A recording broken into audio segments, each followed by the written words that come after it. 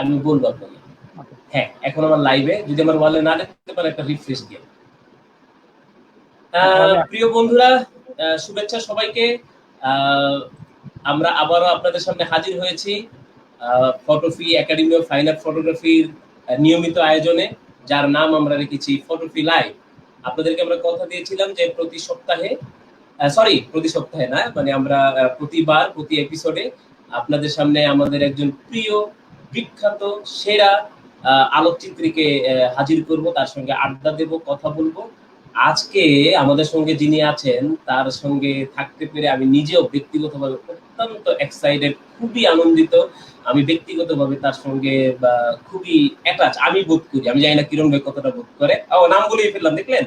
আজকে আমাদের সঙ্গে আছেন ডকুমেন্টারি ফটোগ্রাফার শফিকুল আলম কিরণ। আপনারা সবাই তাকে চেনেন। এখনই তিনি আমাদের সামনে চলে আসবেন পর্দায়। এই যে কিরণ ভাই চলে আসছেন। কিরণ ভাই কেমন আছেন?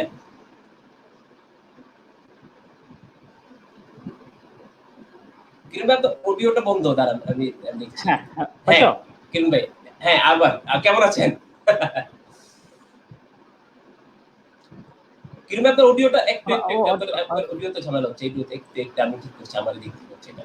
এবার বলেন তো কিরণ ভাই। হ্যাঁ এখন ঠিক আছে, এখন ঠিক আছে। হ্যাঁ আর কিরণ ভাই একটু বলে রাখি। ভালো তো না? জি কিরণ ভাই ভালো। কিরণ ভাই একটু বলে রাখি, যদি কোনো সমস্যা হয়, দেখেন যদি একটু দীর্ঘমেয়াদী সমস্যাটা হয়, তখন কেটে দিয়ে ওই লিংকে আবার ঢুকে যাবেন, কোনো সমস্যা নেই। ওকে, ঠিক আছে। কিরণ ভাই, আমরা নিয়মিত এই আয়োজনটা করি, আপনি দু একটা হয়তো দেখেছেন। আপনাকে আমি এত তাড়াতাড়ি পাবো অতটা আশা করিনি আমি। তারপর আপনার প্রতি আমার সেই ভালোবাসাটা ছিল এবং বিশ্বাসটা আছে যে পাবো, কিন্তু এত তাড়াতাড়ি পাবো বলে আশা করিনি। এবং অনেকে আমাকে ইনবক্সে মেসেজ পাঠিয়েছেন যে ভাই আপনি কিরণ ভাইয়ের পাইছেন, খুব ভালো লাগলো, কিরণ ভাইয়ের অনেকদিন দেখি না, কিরণ ভাইয়ের সাথে অনেকদিন কথা হয় না, তারে তো সাধারণত দেখা যায় না সামনে। তো আপনি করেছেন, এর জন্য আপনাকে ধন্যবাদ। কিরণ ভাই আপনাকেও ধন্যবাদ, আমাদের সঙ্গে আপনি ছিলেন, আছেন এবং ভবিষ্যতেও থাকবেন বলে। কিরণ ভাই, প্রশ্ন তো ওরকম না, এটা জাস্ট একটা আড্ডার ছল। তো আপনাকে আমিও ফটোফিকে ধন্যবাদ যাচ্ছি। আমিও ফটোফিকে ধন্যবাদ জানাচ্ছি আমাকে আমন্ত্রণ জানানোর জন্য, কারণ তোমাদেরকে দেখি না, একটু বাদে আমাকে অন্য মানুষরাও দেখবে সবাই। থ্যাংক ইউ কিরণ ভাই। কিরণ ভাই, ওই যে এখন কি হচ্ছে, ওই যে স্টার প্লাস আছে না চ্যানেল, তো স্টার প্লাসে কি হয়, ওই যে এখন তার নতুন কোন অনুষ্ঠান নাই, তো ওরা কি দেখাচ্ছে, ওই যে মহাভারত, রামায়ণ, এগুলো আবার ঘুরে ফিরে দেখাচ্ছে।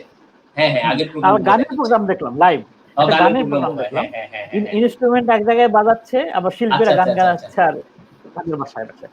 আচ্ছা, ওইটা আমি দেখি না, কিন্তু ওই যে মহাভারত গুলো দেখাই, তো আমার আবার মহাভারতের প্রতি খুব আগ্রহ, বুঝছেন।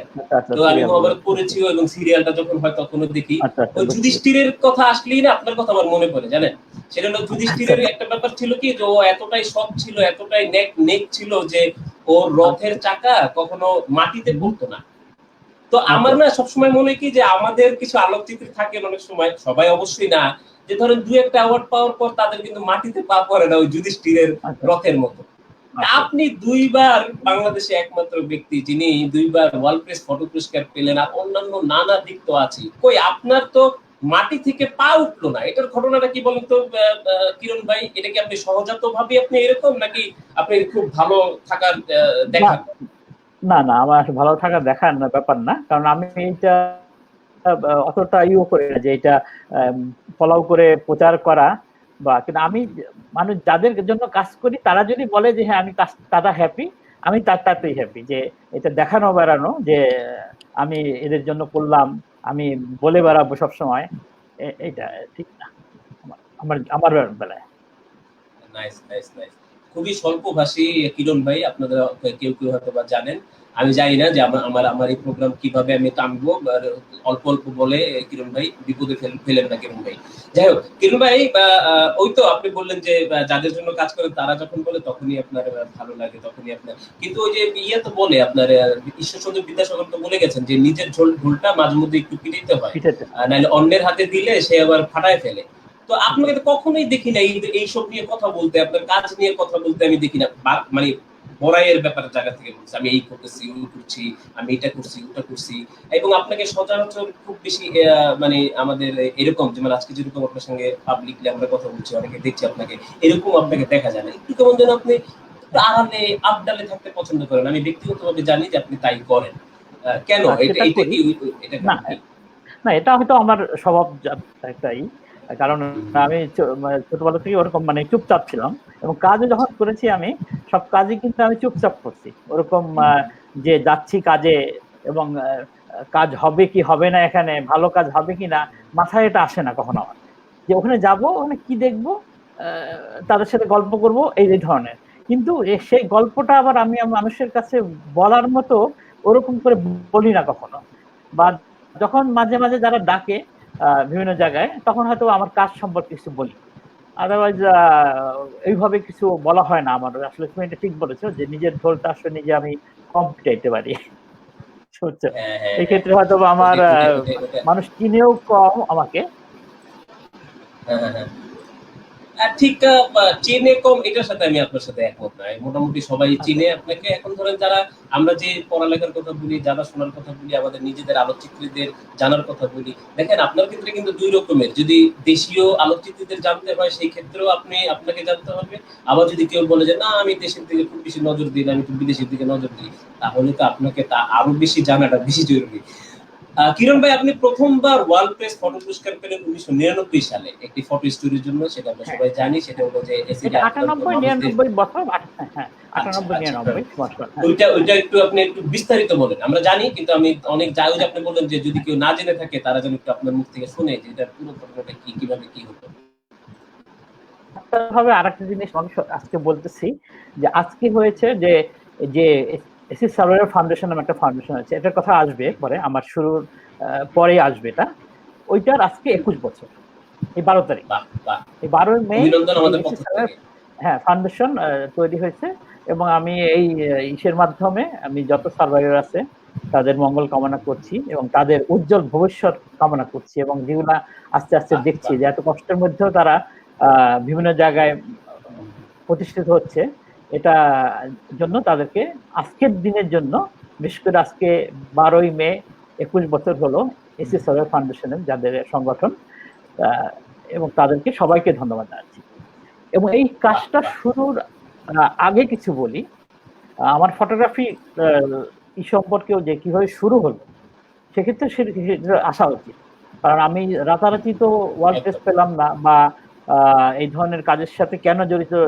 এবং আমি শুরু করেছি 90s-এ ফটোগ্রাফি, 89-এ একটা কোর্স করি, তারপরে থেকে আমি 90 থেকে মোটামুটি ফটোগ্রাফি করি। এবং 89-এ যেটা টার্নিং পয়েন্ট, এটা সবারই বলা উচিত যে আমাদের কিন্তু একটা সংগঠন ছিল আগে, বাংলাদেশ ফটোগ্রাফি সোসাইটি, এখনো আছে, কিন্তু অনেক ফটোগ্রাফার কিন্তু এখান থেকে বের হয়েছে।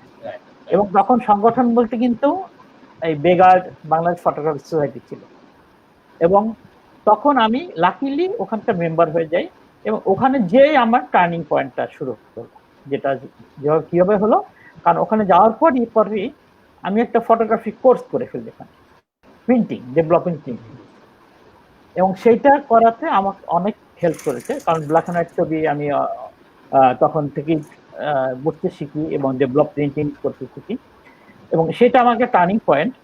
পাশাপাশি তখন কিন্তু ফটোগ্রাফি এরকম ফেসবুক ছিল না, বা ফটোগ্রাফি কোনো বই ছিল না ওরকম। বিবিএসে কিন্তু একটা ছোট একটা লাইব্রেরি ছিল, এবং ওখানে আমি কিছু কিছু বই দেখতাম, এবং বিশেষ করে অ্যান্সার অ্যাডামসের ব্ল্যাক অ্যান্ড হোয়াইটের ছবি দেখতাম। মানে এই ছবিগুলো দেখে আমার মধ্যে আরো ব্ল্যাক অ্যান্ড হোয়াইট ছবিটা কিভাবে প্রডিউস হয় এটা জানার হয়ে, এবং সেই থেকে আমি বিপিএস এর, এবং সবচেয়ে এই ব্যাপার যে আমি ওই কোর্সটা করার পরে বিপিএস এর বড় বড় ফটোগ্রাফারদের সান্নিধ্য পেয়েছি, এবং সেটা খুব একদম ক্লোজলি পেয়েছি। এবং পাশাপাশি আমার কাজের কিছুটা ফটোগ্রাফি করতাম, তখন অ্যাওয়ার্ড টাওয়ার্ড পেতাম, সবাই একটু নেক নজরে আসে। এবং আমি আরেকটা জিনিস বলি যে আমি কিন্তু ম্যাপ ফটো এজেন্সি নামে একটা এজেন্সি আছে আমাদের ওখানে। এই আলোচনাগুলো আমরা একটু ঘুরিয়ে করার জন্য আমরা এইভাবে করি এই অনুষ্ঠানটা। আচ্ছা ঠিক আছে হ্যাঁ ঠিক আছে। ডকুমেন্টারি ফটোগ্রাফি কিন্তু আমি সালে প্রথম থেকেই মানুষটা সবাই শুরু করে যে পিক্টোরিয়াল ছবি, ভালো ছবি তোলা, কিন্তু একটা জিনিস বলবো যে আমার ডকুমেন্টারি ফটোগ্রাফি কিন্তু আমার ফ্যামিলি থেকে আসছে কিভাবে, আমি কিন্তু বাসায় ছবি তুলতাম, ছোট একটা পয়েন্ট শুট ক্যামেরা, এবং ওইটা দিয়ে বাচ্চাদের ছবি তুলতাম।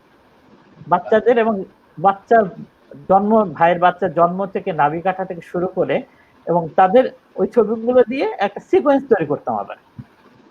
এবং দেখা যায় যে 1 বছরের একটা হিস্টোরি, তার সে দাদার সাথে কিভাবে ছিল, নানার সাথে কিভাবে ছিল, বাবার সাথে মায়ের সাথে কিভাবে ছিল। এবং আমার মনে হয় যে ওইটা কিন্তু আমার একটা কাজে লাগছে, যে ডকুমেন্টেশন কিভাবে করতে হয়, মানে সিরিয়ালি। এবং পরবর্তীতে আমি যেটা বললাম যে বিপিএস এর মেম্বার হওয়ার পরে আমি ফটোগ্রাফি কিছু শিখলাম ওখানে, সিনিয়র ফটোগ্রাফারদের।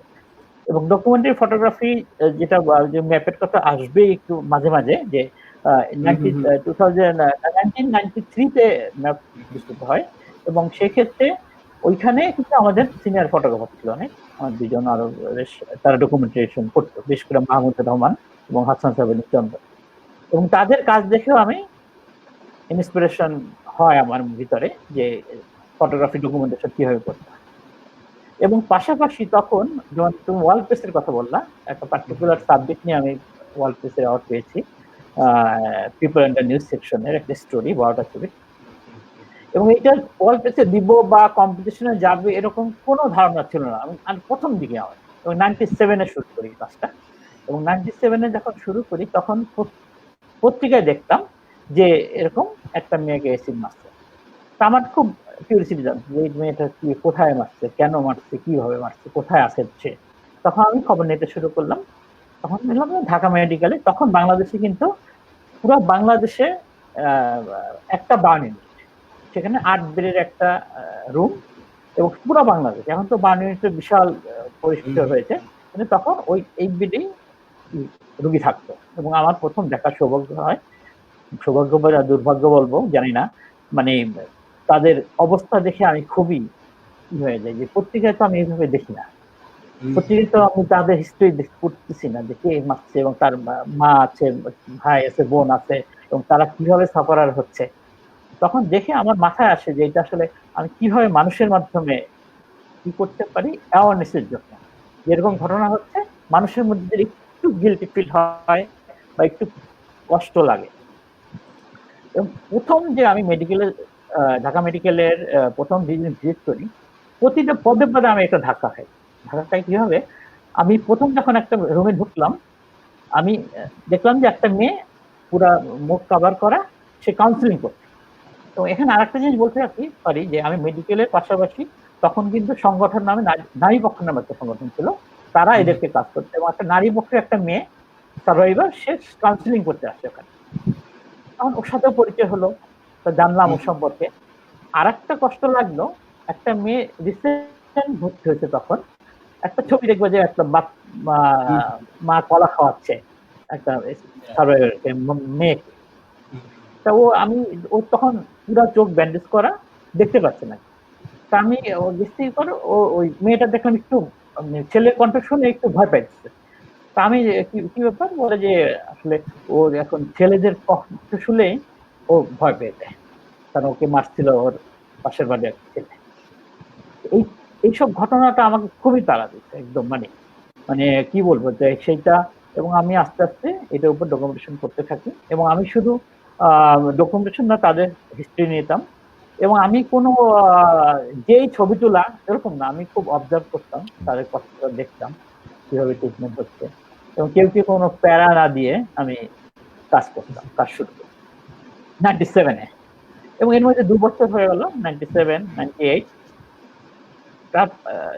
তারপরে ওয়ার্ল্ড প্রেসের মতো একটা কম্পিটিশনে মনে হলো যে আমরা বাছাই করে একটা স্টোরি দিতে পারি, এবং ওইটা আমি ওয়ার্ল্ড প্রেসে সাবমিট করলাম।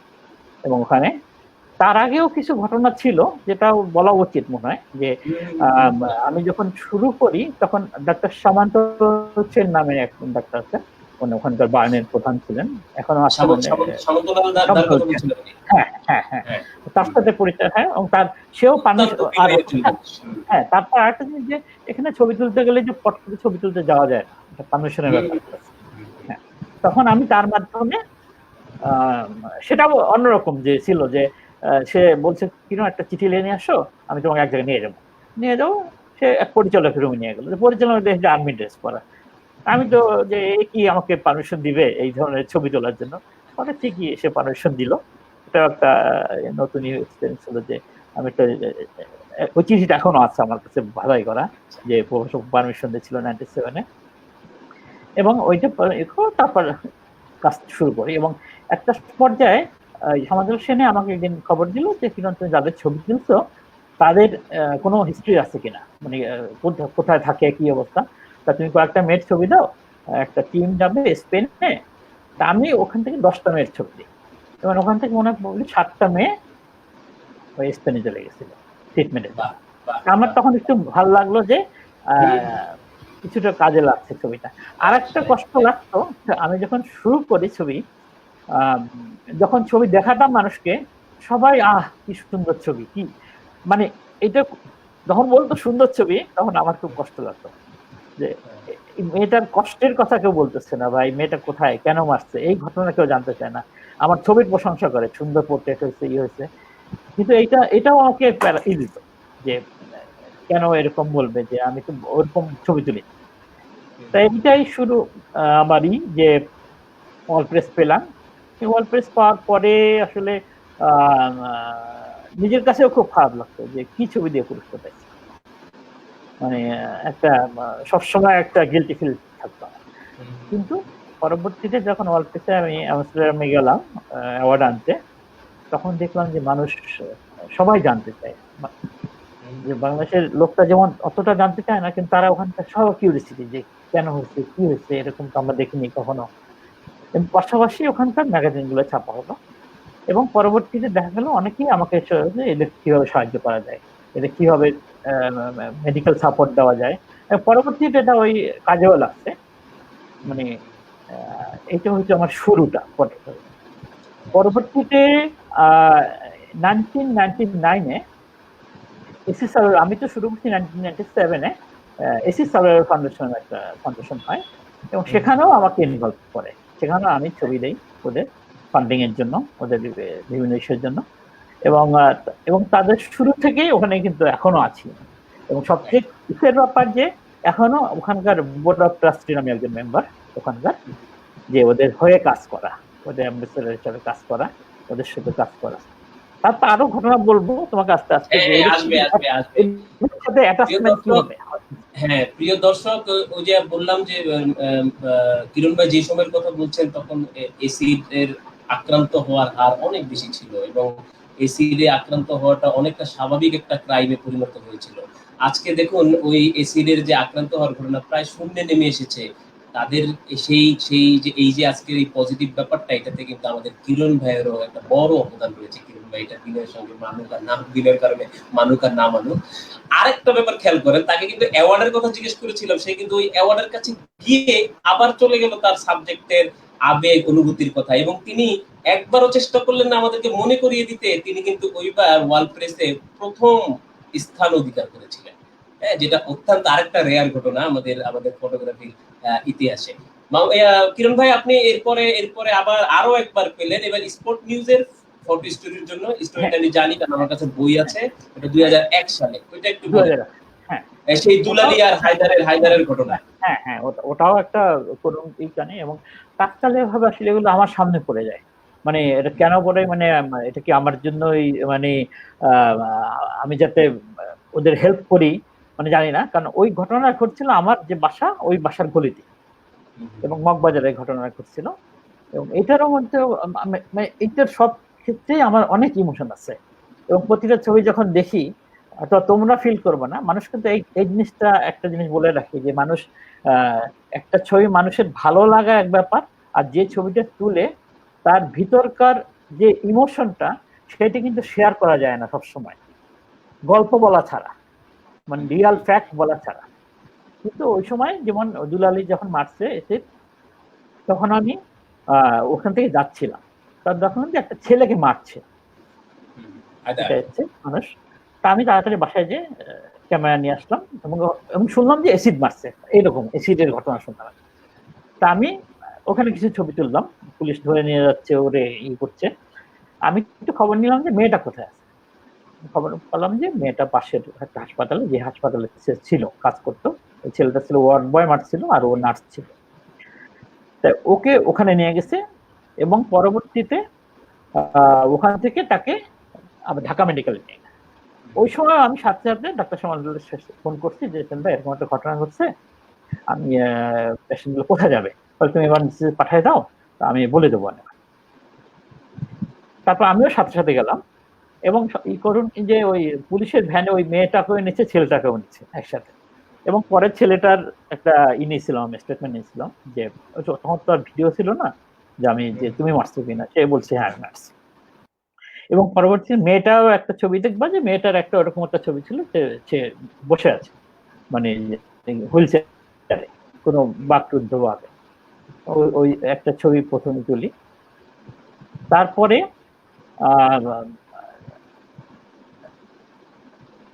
একদিন পরে আবার করতে গেছিলাম যে আইসিইউতে আছে, দিন আসলে যে কোন কাহিনী আমি শুনলাম যে আইসিইউতে আছে। তা আমি সকালে তাড়াতাড়ি গেছি, যে রাত্রে পরে সকালে আমি যাবো, যাই খবর শুনি যে সে রাতে মারা গেছে, আইসিইউতে আছে। তখন আইসিইউর ওখানে তার ছিল এবং আমি তখনও আমি তাকে কিভাবে লাশটা করা যায় মর্গে গেছিলাম। তারপর নারী পক্ষের নাসরিন হক নামে আপা ছিলেন একজন, মারা গেছেন নারী পক্ষের, সে গেছিল। আমি সবাইকে খবর দিয়েছিলাম এবং সবাই যায় মেয়েটাকে কিভাবে তাড়াতাড়ি পোস্টমর্টমের মাধ্যমে করা যায় এই এই এই দায়িত্বটা আমি পালন করছি তখন, যে ওকে কিভাবে করা যায়। এবং এটা স্পট নিউজ ছিল। পরবর্তীতে এইটার আর আমি ফলোআপটা দেখি নাই যে মেয়ের ছেলেটা কি সাজা হয়েছে, কারণ ওইটা পুলিশের ব্যাপার, ওইটা কি হয়েছে। কিন্তু মেয়েটাকে গ্রামে নিয়ে গেছে এই পর্যন্ত জানি। কিন্তু ওইটাও খুব আমার কাছে খুব একটা কষ্টের স্টোরি। যে এবং 32 ঘন্টায় মানে আমাদের স্টোরিটার নাম ছিল অ্যাগনাইজিং 32 আওয়ার্স এরকম, কিন্তু ওইটা 32 ঘন্টা এই সময়ের মধ্যে সে মারা যায়। এটা আমার কাছে অনেক কষ্টের ব্যাপার। প্রিয় দর্শক, আপনারা ওয়ালপ্রেস ফটো সাইটে গেলে আপনারা এই স্টোরিগুলো দেখতে পাবেন খুব সহজেই। আমরা আসবো কিরণ ভাইয়ের অন্যান্য বিষয় নিয়ে। কিরণ ভাই, ওই আপনি ম্যাপের কথা বলছিলেন, তো 90-এর দশকের মাঝামাঝি সময়ে আপনারা ম্যাপ বাংলাদেশের দেশে আপনারা ম্যাপ ফটো এজেন্সি নামে একটা এজেন্সি খুললেন আপনারা চন্দন ভাইরা মিলে। ওই সময় বাজারের কি অবস্থা ছিল কিরণ ভাই? বাজারের কি অবস্থা ছিল যে আপনারা এরকম একটা খুললেন? না, তখন আমরা প্রথম অবস্থায় কিন্তু আমরা যখন ম্যাপ খুলেছি 93-তে, তখন কিন্তু খোলার হিস্ট্রিটা অন্যরকম ছিল। যেমন আমি যেহেতু ব্ল্যাক ম্যাপ প্রিন্ট করতাম, তখন চন্দন ভাই খুব ব্ল্যাক ম্যাপ প্রিন্ট করতো, হাসান সাহেবুদ্দিন চন্দন, সে প্রফেশনালি তার বাসায় করতো। সে আমাকে অফার দেয় যে তুমি আমার সাথে কাজ করবো কিনা, বিপিএস আসতো সে, তার সাথে আমি তার ল্যাবে একসাথে আমরা কাজ শুরু করি ব্ল্যাক ম্যাপ প্রিন্টিং। এবং সেখানেও অনেক হিস্ট্রি আছে, কারণ অনেক কষ্ট, আমাদের পেপার আনতে হতো বিদেশে থেকে, মাল্টিগেট পেপার, অনেক কষ্ট করতেছে। এবং ওখানে সব ফটোগ্রাফার আসতো প্রিন্ট করতে। তখন একটা কি হয়, ওখান থেকে শুরু হয়। ওখানে আমাদের ফাউন্ডার ছিল আমি, হাসান সাহেবুদ্দিন চন্দন, মাহমুদুর রহমান আর তানভীর, এই 4 জনে মিলে আমরা এস্টাবলিশ করি প্রথম। তখন আমরা কিন্তু সবকিছু শেয়ার করতাম, কাজ একজনের কাজ আরেকজনের শেয়ার করতাম। আর পাশাপাশি বলে রাখি, আমরা কিন্তু এই যে বিপিএস বলো ফটোগ্রাফি, তখন কিন্তু ফটোগ্রাফি নিয়ে অনেক আড্ডা হতো। তখন মানুষ ছবি নিয়ে একদিন একজন কয়েকটা ছবি নিয়ে আসতো, ওই ছবি ধরে ধরে মান্থলি মিটিং এ কেন ছবি তুলছে, কি করছে, এটা কোথায় অ্যাওয়ার্ড পাইছে, এটা প্রতি মাসের প্রথম শুক্রবারে এই মিটিংটা হতো। এখান থেকেও অনেক কিছু শেখা গেছে তখন, কারণ তখন তো আর ওই ফেসবুক ছিল না মানুষের ছবি দেখা আর ইচ্ছা। এবং ম্যাপ হওয়ার পরে আমরা ম্যাপ কিন্তু প্রথম অবস্থায় শুনতে পাচ্ছ? আমি শুনতে পাচ্ছি। হ্যাঁ, ম্যাপ প্রথম অবস্থায় কিন্তু আমরা ফ্রান্সের একটা এডিটিং ম্যাপ এজেন্সির সাথে কাজ করতাম, আমাদের ছবি পাঠাতাম, ওরা পাবলিশ করতো। পরবর্তীতে আমাদের আসলে বিদেশি যে ওইটা আর হয়ে ওঠে না, কিন্তু ইন্ডিভিজুয়ালি আমরা কাজ করছি। কিন্তু তখন কিন্তু ওই হাসান সাহেবুদ্দিন চন্দন এবং মাহমুদুর রহমান এরা বেশ ভালো ভালো কাজ করছিল। বিশেষ করে চন্দন ভাই তখন তার ব্ল্যাক এন্ড হোয়াইট যে বা কমলাপুলের বইটা অনেক ছবি আমি প্রিন্ট করেছি এবং ওই ছবিগুলো দেখার সুযোগ হয়েছে। এবং পাশাপাশি মাহমুদুর রহমান তখন কিন্তু অনেক স্টোরি করতো আমাদের একজন, child marriage, prostitution, indigenous people, এবং এইসব স্টোরি দেখেও কিন্তু অনেক কিছু শেখা গেছে আমার। ম্যাপের মাধ্যমে। এখনো শিখছি, ওখানে আছি, ম্যাপে এখনো কাজ করছি। আরেকটা পাশে আরেকটা কথা বলে রাখি, এই বিপিএস এ থাকা অবস্থা, হ্যাঁ, একটা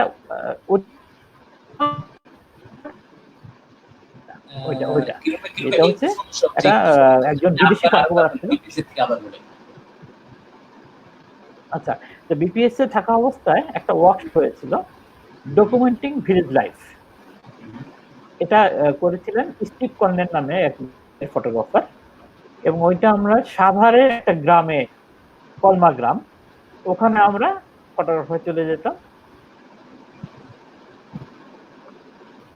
মানে যে শীত করে পরের দিন সকালে আমরা ওই গ্রামে যেতাম, তখন আবার ফটোগ্রাফার বুঝে যেত এই ছবি এইভাবে হচ্ছে। এটাও একটা কিন্তু ডকুমেন্টারি ফটোগ্রাফার করার একটা তালিম ছিল ওখানে আমার, যে একটা ডকুমেন্টারি ফটোগ্রাফি করার জন্য কি কি দরকার, কি কি জিনিস মাথায় রাখতে হয়। এবং পরবর্তীতে কিন্তু আমার আসলে ডকুমেন্টারি ফটোগ্রাফিটাই ভালো লাগতো, এবং সবচেয়ে ভালো যে আমার যে আমি মানুষের মধ্যে কাজ করতে পছন্দ করি, মানুষের সাথে। মানুষ ছাড়া আমার ছবি মানে প্রাণ পায় না।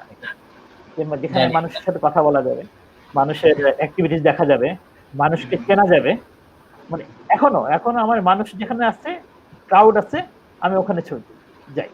বিশেষ করে কারণ বাজার আমি সবসময় আমার পছন্দের জায়গা। রেগুলার ছবি তোলেন, আমরা দেখি আপনাকে। আমরা আসবো মানুষের সঙ্গে আপনার ছবির সম্পর্ক, আপনার সম্পর্ক নিয়ে আমরা কথা বলবো। আমরা চলে আসছি আমরা অনেকটা। কিরণ ভাই, আপনি কি ইত্তেফাকে একটা লেখা লিখেছিলেন একবার, এটা সম্ভবত 2014 কি 15 সালের দিকে। সেই লেখাটার একটা লাস্ট লাইন আমি একটু কোট করি আপনার কথা। সেখানে আপনি লিখেছিলেন, কেবল স্থান আর ব্যক্তি নয়, সেই সাথে আবেগ আর সঠিক মুহূর্তের মিশেলেই সার্থক হয় আলোকচিত্র। আমি ব্যক্তিগতভাবে জানি আপনি অত্যন্ত ইমোশনাল একজন মানুষ, আবেগপ্রবণ একজন মানুষ, এবং এই কথার রিফ্লেকশনই আপনার লাইফ, অথবা লাইফের রিফ্লেকশনই এই কথা।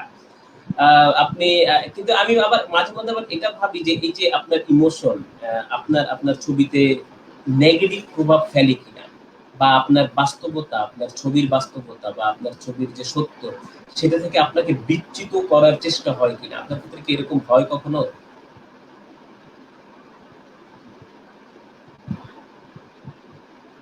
কিরণ ভাই হ্যাং হয়ে গেছে, শুরু থেকে বলতে হবে। কিরণ ভাই হ্যাং হয়েছে। হ্যাঁ, এখন শুনতে পাচ্ছি।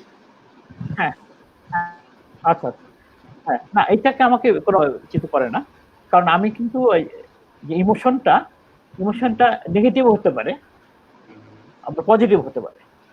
নেগেটিভ যেটা হয় সেটা নিয়ে কিন্তু আমি পজিটিভ কিভাবে করা যায়, এবং ফটোগ্রাফার হিসাবে আমার রেসপন্সিবিলিটি কতটুকু দায়বদ্ধতা থাকে, এটা কিন্তু নেগেটিভটাকে আমি পজিটিভ করার চেষ্টা করি, এবং আমি দেখানোর চেষ্টা করি ছবির মাধ্যমে। যেটা ওয়ার্ল্ড প্রেসে পেয়েছিলাম এক্সেস নিয়ে কাজ, এটার কিন্তু এখন অনেক পজিটিভ জিনিস আমি দেখাচ্ছি, এবং এইটাই আমার এখন সাকসেস, যে আমি এদের সাকসেস দেখতে পাচ্ছি। কিন্তু একসময় তাদেরকে আমি নেগেটিভলি মানুষ বুঝতো, কিন্তু এখন কিন্তু আমার ছবির মাধ্যমে অনেক নতুন ছবি দেখতে মনে হবে যে উদ্দীপনা পাবে মানুষ, যে ছবি তোলার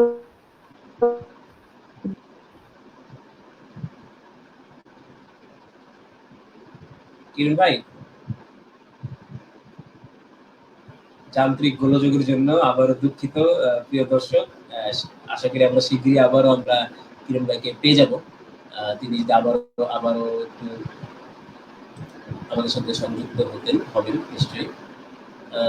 আচ্ছা, আপনাদেরকে এই ফাঁকে একটা ঘোষণা দিয়ে রাখি, সেটা হলো যে আমরা সিদ্ধান্ত নিয়েছি, আমরা যে সাক্ষাৎকারগুলো এই ফটোফি লাইভের অন্তর্ভুক্ত করব, সেগুলো একটি বই হবে। হ্যাঁ, আপনারা ঠিকই শুনেছেন, আমরা একটি বই করার চিন্তা করছি। আশা করি একটি ভালো বই হবে, এবং আমাদের এই সেরা আলোকচিত্রীদের এই যে সাক্ষাৎকারগুলো, সেগুলো আপনারা সেখানে লিখিত আকারে পেয়ে যাবেন। আমাদের photography academy of fine art photography ইতিমধ্যে এই নিয়ে কাজ শুরু করে দিয়েছে, আপনাদেরকে এটুকু বলতে পারি, এবং আশা করি যে শিগগিরই এই বই আলোর মুখ দেখবে। কিরণ ভাই আমাদের সাথে সংযুক্ত হতে আবার একটু কথা বলে নিই।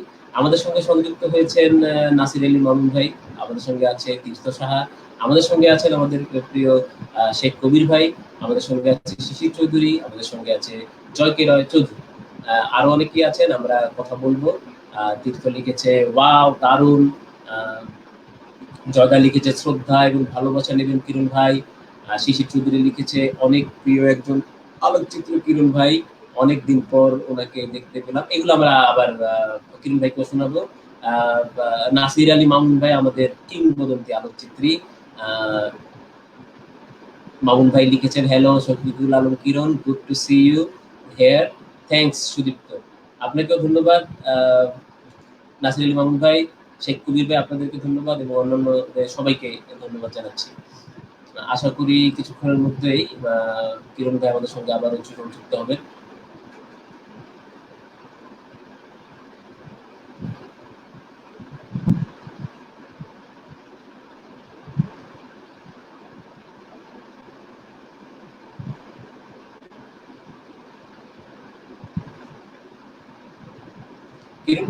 কিংবা ওই লিঙ্কে আবার ঢুকলেই পাবেন। না না না এখন আসেননি, দেখেন না বা একটু দেরি হবে বোধ হয়, আসবে, দেখেন দেখেন।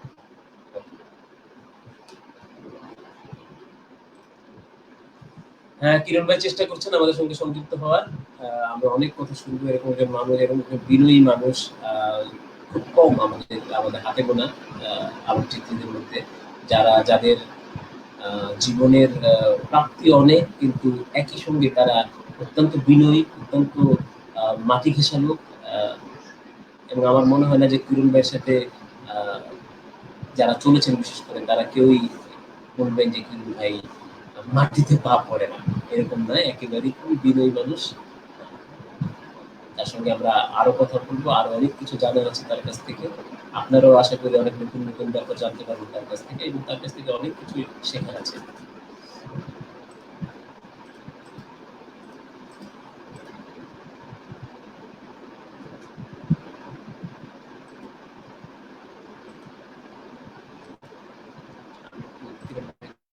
সাহায্য করার চেষ্টা করি।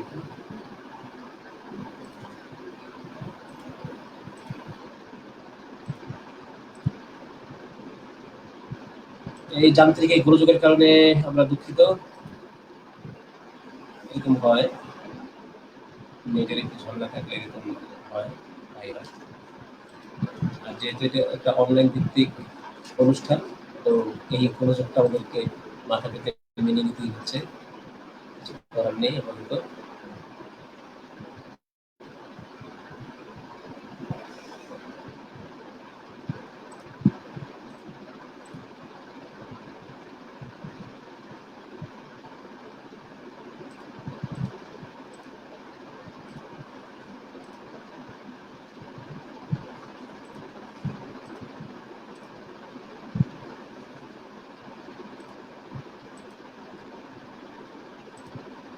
অনেকবার চেষ্টা করছেন, এটা কি স্ট্রিম ইয়ার্ডের সমস্যা কিনা এটাও বুঝতে পারছি না।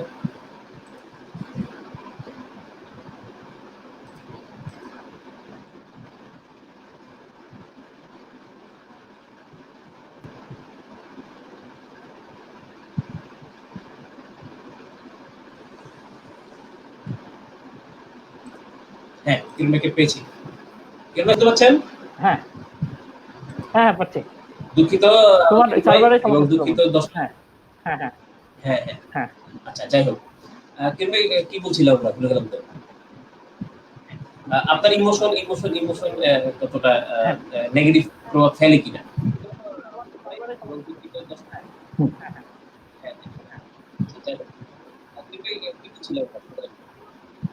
আমরা ছিলাম যে ওই যে হ্যাঁ ইমোশনটা, হ্যাঁ ওই হ্যাঁ নেগেটিভ ফেলে না যখন, কারণ আমি সবকিছুরই পজিটিভ দেখতে চাই এবং আমার ছবির মাধ্যমে ওইটা ফুটিয়ে তুলতে চাই, এবং আমার যে এসিডেন্ট কাজটা ওইটা।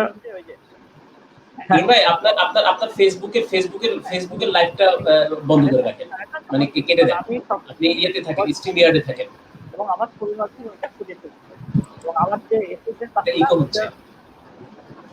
ভাই আপনার ফেসবুকের লাইভটা বন্ধ করে রাখেন। লাইভের ট্যাবটা বন্ধ করে দেন, ফেসবুকটা বন্ধ করে দেন। হ্যাঁ আছে, হ্যাঁ এবার ঠিক আছে। হ্যাঁ শুনতে পাচ্ছ? হ্যাঁ হ্যাঁ বলছিলেন। ওই যেটা বলতেছিলাম যে আমি আমার ওই কাজগুলোও কিন্তু আমি পজিটিভ ভাবে দেখতে পাচ্ছি এখন, কারণ এখন সার্ভাইভার অনেক ভালো ভালো জায়গায় কাজ করছে এবং সেটা আমার জন্য একটা মনে করছি সাকসেস, কারণ আমি মানুষকে দেখাতে পারছি যে নেগেটিভ শুধু নেগেটিভই থাকে না, এক সময় ওদের পজিটিভ দিকগুলো দেখতে পারি আমরা, কিন্তু তাদের অবশ্যই দেখতে পারি, কিন্তু তাদের ইনার যে কষ্ট এইটা তো আর আমি, এটাও একটা ইমোশন, তার ইমোশনাল ব্যাপারগুলো তো আমি শেয়ার করতে পারছি না, তার কষ্টের ব্যাপারটা, কিন্তু সে মানসিক ভাবে একটা ভালো পর্যায়ে কাজ করছে, একটা ভালো, যেমন আরেকটা জিনিস যে একসময় সে নেগেটিভ ছিল, সে কোনো সমাজে যেতে পারতো না, মানুষ তাকে হেয় করতো, যে এবং দাওয়াত দিলে বলতো যে ওকে নিয়ে আসবেন না, পোড়া মুখ বলতো, বাচ্চারা ভয় পেত। এই জিনিসটা আমাদের দেশ থেকে অনেক একটু চলে গেছে, কারণ এটার কারণ হচ্ছে যে সার্ভাইভার এখন বলিষ্ঠ ভাবে তার কথা বলতে শিখেছে, তাদের নিজের পায়ে নিজেরা দাঁড়াতে শিখেছে। এটা সব ক্ষেত্রেই যে কোনো ভিকটিম যারা হয় তারা একটা পর্যায়ে যদি তাদের ভয়েসটা খুব সময় লাউড হয়, তখন কিন্তু ওই কষ্টটা যেতে কি কষ্ট করেছিল সে, এইটা মানুষ এটা দিয়ে শিখে যে একটা সময় সে এই পর্যায়ে ছিল, সে নিগৃহ ছিল, সে মানুষ তাকে পছন্দ করতো না, সে তার ভয়েসটা মানে কথা বলতে পারতো না, এখন সে কথা বলতে পারছে। এটা একটা সাকসেস আমি মনে করি, একদম নেগেটিভের মধ্যে সাকসেস। রাইট। আমি জানি আপনি আপনার পুরস্কারকে কখনো সাকসেস বলেন না, আপনি আপনার এই যে তাদের জীবনের যে পরিবর্তন আসছে, পজিটিভ পরিবর্তন, এই পরিবর্তনগুলোকে আপনি সবসময় আপনার সফলতা বলে মনে করেন এবং আপনি আমাদেরকেও আপনি বলেন। আচ্ছা, আমরা অন্য প্রশ্ন যাওয়ার আগে আমরা একটু কমেন্ট দেখি এবং প্রশ্নটা আমরা পরে নেব। প্রশ্ন হচ্ছে আমাদের প্রিয় শেখ কবির ভাইয়ের, প্রশ্নটা পরে নিচ্ছে, আগে একটা কমেন্ট করি। জয়কার চৌধুরী বলেছেন, কিরণ ভাই শ্রদ্ধা ও ভালোবাসা নেবেন কিরণ ভাই।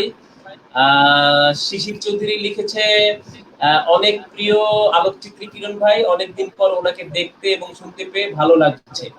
ওকে। আর এদিকে তীর্থ লিখেছে, স্যার আপনি কেমন আছেন, ভালোবাসা নিবেন স্যার। ওর আরেকটি কমেন্ট আছে, ইয়াহু দারুন। আচ্ছা। আর এদিকে নাসির আলী মামুন ভাই, আমাদের কিংবদন্তি আলোকচিত্রী, তিনি বলেছেন, hello Shafiqul Alam Kiron, good to see you here, thanks Sudipto, ধন্যবাদ। আচ্ছা, আমরা ইয়ের প্রশ্নটা নিয়েই নিই, কবির ভাইয়ের প্রশ্নটা।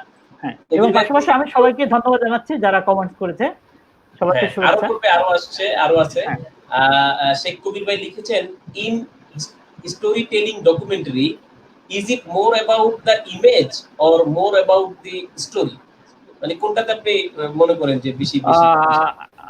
আমি মনে করব বোথ, কারণ একটা ছবি দেখে কিন্তু অনেক সময় ক্যাপশন মনে হয় দরকার হয় না, এই ছবিটার হয় নেগেটিভ হতে পারে, হ্যাপিনেস হতে পারে, পাশাপাশি ওর পাশে যদি একটা লেখা থাকে, পুরা বিহাইন্ড দ্য সিন তার স্টোরিটা থাকে, অবশ্যই ওটা স্ট্রং হয়। কিন্তু দুইটার বোথ লাগে অবশ্যই, এছাড়া কিন্তু একটা স্টোরি সাকসেসফুল হবে না। একটা স্টোরি হ্যাঁ কিন্তু কবির ভাই বলেছেন যে ইমেজ আর স্টোরি, মানে কথা, ক্যাপশনের কথা বলেননি। ওইটা স্টোরি বলতে তো, হ্যাঁ স্টোরি বলতে ক্যাপশন বুঝাচ্ছি আমি। আমি স্টোরিটাই বলতেছি যে একটা মানুষের ইমেজের যদি স্টোরিটা না থাকে তাহলে সাকসেসফুল যেমন হয় না, আবার হ্যাঁ আবার স্টোরির সাথে ইমেজ না থাকলেও সেটা ফুলফিল হবে না। কিন্তু অনেক সময় দেখা যায় যে একটা ছবি দিয়ে অনেক স্টোরি বোঝানো যায়। Right right. আর আসলে স্টোরি তো ইমেজের বাইরেও না, নাকি? না না না না, অবশ্যই না, অবশ্যই। আমি একটা জিনিস যখন দেখবো, স্টোরি বলতে এখানে তো গল্প বলা এরকম মানে কোনো গল্প না, সত্য গল্প, ঠিক না? আমি যেটা দেখবো, চোখে দেখবো, এবং সেটার পাশাপাশি যদি সেই গল্পের সাথে রিলেটেড আমি ছবি তুলতে পারি, তাহলে স্টোরিটা অনেক বড় একটা স্টোরি হয় এবং অনেক সাকসেসফুল স্টোরি হয়, যেটা পড়ে মানুষ, হ্যাঁ হ্যাঁ যেটা মানুষ পড়ে এবং কি যেন বলছিলেন কিরণ ভাই, মানুষ পড়ে এবং দেখতে পায়, মানুষ ছবিটা দেখেও ওই গল্পের যখন গল্পটা পড়বে সে ছবির মধ্যে চলে যাবে ওই ছবিটা দেখে, এবং সে মনে করবে যে হ্যাঁ আমি ওখানে ছিলাম, আমি ওই মেয়েটার সাথে। এবং এবং এবং আপনাদের মতন আলোকচিত্রীর ক্ষমতা তো সেটাই যে এই ছবির মাধ্যমে ওই গল্পটা বলে দেওয়া, বুঝানো নাকি? অবশ্যই একদম একদম। এবং যে সেই হ্যাঁ হ্যাঁ এখানে আরেকটা স্টোরির কথা, ইসের কথা বলবো যে এসিডের যত ছবি তুলেছি আমি ধরো আজ থেকে 20 বছর আগে যে ছবিটা তুলছি এখনো কিন্তু আমার ওই জিনিসটা মনে আছে, কোথায় তুলছিলাম, কেন তুলছিলাম, ওখানে কি প্রতিবন্ধকতা ছিল, এটা কিন্তু আমার একদম মনে আছে। এর জন্য একটা জিনিস বলে রাখি এখানে, আমি একবার একটা ঘটনা ঘটেছিল এরকম ঢাকা মেডিকেলে, যে একটা মেয়ের ছবি তুলতে গেছি, মেয়েটা কোনোভাবেই রাজি হবে না এবং তার ফ্যামিলিও না কোনোভাবে না, এবং আমি সবসময় ক্ষেত্রে বিশেষ করে এইসব ক্ষেত্রে আমি পারমিশন ছাড়া ছবি তুলি না, হুট করে তার ছবি তুললাম, আমি ই করে দিলাম। একটা জিনিস বলে রাখি যে ছবির কপিরাইট কিন্তু এইসব ক্ষেত্রে যে যে সাবজেক্ট সেও একজন কপিরাইট, কিন্তু ফটোগ্রাফার একজন কপিরাইট আমার মনে হয়। এর জন্যই মডেল চায় মানুষ, ঠিক না? এর জন্যই মডেল, হ্যাঁ এর জন্যই মডেল চায় মানুষ, এটা আমাদের সবার মাথা রাখা উচিত, এবং বিশেষ করে এই ধরনের সংবেদনশীল যেসব আমাদের সাবজেক্ট রয়েছে। গল্পটা শেষ করলাম না, পরবর্তীতে ওই মেয়েটা যখন ভালো হয়ে গেছে, যখন দেখছে আমার সাথে আবার অনেকদিন পর পরিচয় হয়েছে, একটা ভালো চাকরি করে, তখন আফসোস করছে যে কিরণ ভাই আপনাকে কেন তখন ছবি তুলে দেয়নি, আমার আফসোস লাগতেছে। আপনার গল্পে গল্পে আমি ফিরবো, এবং আপনার জীবনে কিরণ ভাইয়ের জীবনে অসাধারণ অসাধারণ সব গল্প আছে, খুবই খুবই মনকে ছুঁয়ে যাওয়ার মতন গল্প আছে। আমি বেশ কিছু গল্প জানি, তার বইও আছে, বইয়ের কথা আমি আসবো, এর জন্য বইয়ের কথা এখন বলছি না। বইয়ের মধ্যে অনেক গল্প আছে, এবং আমি গল্প পড়ে পড়ে পড়ে পড়ে আমার সৌভাগ্য হয়েছে যে কিরণ ভাইয়ের বইটা নিয়ে আমি একটা দীর্ঘ রিভিউ লিখেছিলাম, তো সেটা নিয়ে আসবো। কিরণ ভাই, আপনার বিরুদ্ধে একটা বিরাট অভিযোগ, সেটা হলো যে আপনি ফেসবুকে সোশ্যাল মিডিয়ায় বলতে যেটা কিন্তু যে এটাতে বেশি অ্যাক্টিভ না আমাদের অন্যান্য আলোকচিত্রীদের মতো। আমি পজিটিভ বলছি, হ্যাঁ অ্যাক্টিভ না আপনি। আপনি মাঝে মধ্যে এইটা ওটা শেয়ার করেন, ছবি টবি দেন মাঝে মধ্যে। আপনার নিজের একটা ওয়েবসাইটও আমি খুঁজে পাই না, আমি জানি না আছে কিনা ওয়েবসাইট একেবারে আপনার না আছে হবে, মানে কিছুদিনের মধ্যে পাবা। আমার অন্য অবস্থা না ছিল একবার, ওইটা বন্ধ হয়ে গেছিল, পরে আর ওইটা নিয়ে কাজ করে নাই রিসেন্টলি, এখন গেলেও পাবা। আমি কতদিন বন্ধ ছিল? কতদিন বন্ধ ছিল? না ওটা অনেক ধরো 4-5 বছর আগে ছিল, একটা করেছিলাম, তারপর ওটা বন্ধ হয়ে গেছে, তারপর করি নাই। এখন একটা করেছি এবং এখন গেলেও পাবা, কিন্তু ওটা আমি এখনো দিতে যাচ্ছি না, একটু পরে দিব, আর একটু গুছিয়ে, কিন্তু হয়ে যাবে, ধরো মাসখানেকের মধ্যে পেয়ে যাবো। এটা কারণ কি? এই যে আপনি যে এইসব ক্ষেত্রে অ্যাক্টিভ না, কিন্তু ছবির ক্ষেত্রে তো আপনি একদম আমি ঢোল, না ওই যে ঢোল পিটানো হয় নাই নিজের ভালো করে, এটা। আর ফেসবুকের কথা যেটা বললা, আসলে ওখানেও আমার এটা আমি স্বীকার করি যে ওখানেও আমার স্টোরি, যে ধরনের স্টোরি বলি, এই ধরনের স্টোরি গুলো আমার থাকা উচিত ওখানে, কিন্তু এটা কেন দিচ্ছি না বা এটা বুঝতে পারছি, আমি নিজেও জানি না। কিন্তু আমি মাঝে মাঝে সিঙ্গেল পিকচার দেই মাঝে মাঝে, কিন্তু স্টোরি বলতে যেগুলো ওইগুলো দেই। প্রশ্ন আছে আপনার কাছে? হ্যাঁ, ওই প্রশ্ন আছে, আপনার সিঙ্গেল ইমেজ নিয়ে প্রশ্ন আছে আমার কাছে। না, কিন্তু আমি বললাম যে আপনি তো অলস না, তো এটা কি ওই আপনার ওই সহজাত স্বভাবের কারণেই হতে পারে। তবে আপনি মোটামুটি বললেন যে আপনি বোধহয় অ্যাক্টিভ হওয়ার চিন্তা ভাবনা করছেন। আমরা শিগগিরই পেতে যাচ্ছি, এবং আশা করি যে আপনার কাজগুলো আমরা সেখানে খুব সহজেই দেখতে পারবো। আমাদের জানেন যে আমাদের দেশের এবং আমাদের দেশের আলোকচিত্রীদের একটা বিরাট বড় দুর্ভাগ্য হলো আমরা না আমাদের সিনিয়রদের কাজগুলো না দেখার সুযোগ পাই না। হ্যাঁ, আপনি যেমন ধরেন মোহাম্মদ আলম ভাইয়ের কথা বলি আমরা, যদি আলম ভাইয়ের আপনি গুগলে দু একটা ছোট ইমেজ দেখতে পেতে পারেন আপনি, এছাড়া আপনি তার একটা ভালো কাজ আপনি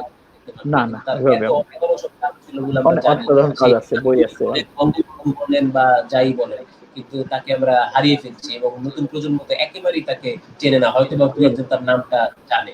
তো কিরণ ভাই, আপনাদের ক্ষেত্রে যেন এরকম না হয়, কারণ আপনারা এই সময়টা পেয়েছেন, যে সময়টা পেয়েছেন আপনারা। যাই হোক, কিরণ ভাই, ওই আপনি যেটা বলেই ফেললেন যে আপনি কেন এটা একটু আড়ালে থাকেন। আমি যে প্রশ্নটা এখন করতে চাই সেটা হলো যে আবার হ্যাঁ, এসিড আক্রান্তদের নিয়ে প্রায় 17 বছর, মানে 14 সালের কথা বলছি, 14 সাল পর্যন্ত আপনার 17 বছর 17 বছর হয়েছিল। হ্যাঁ, 17 বছর আপনি কাজ করলেন এসিড সার্ভাইভারদের নিয়ে। 17 বছর পর আপনার এসিড সার্ভাইভার ফাউন্ডেশন থেকে একটা বই বেরোলো, যে বইটার নাম হলো আনস্টপেবল দ্য কারেজ উইদিন। এখানেও আসার কথা আছে, কোনো নেগেটিভ কথা নাই। এটা ইন্টারেস্টিং, আমি এটা পরে বলবো, এবং আমি আমার রিভিউতে সেই কথাটা বলেছি। এতদিন সময়, 17 বছর কেন লাগলো আপনার মতন একজন আলোকচিত্রীর একটা বই বের করতে, কিরণ ভাই? এটারও একটা কারণ আছে। কারণ আমি চাচ্ছিলাম যে এটা একসময় বন্ধ হয়ে যাবে এবং আমার ছবি দেখে শুধু মানুষ কষ্ট না পায়, কিন্তু হোপ দেখতে পারে কিছু। সেই ক্ষেত্রে ভিউয়ার যারা, তাদেরও সুবিধা হবে, প্লাস আমি যাদের জন্য কাজ করছি, যে সংগঠনের মাধ্যমে বইটা বের হয়েছে, তাদেরও একটা পোর্টফোলিও হবে নেক্সট তাদেরকে, সার্ভাইভারদেরকে রিহ্যাবিলিটেশনের জন্য। সেখানে দেখবা যে অনেক স্টোরি, সাকসেসফুল স্টোরি আছে। আমি এই সাকসেসফুল স্টোরির জন্যই ওয়েট করতেছিলাম। আমি যে বলছি এর আগেও যে আমি নেগেটিভকে আমি পজিটিভ করা দেখাতে চাই।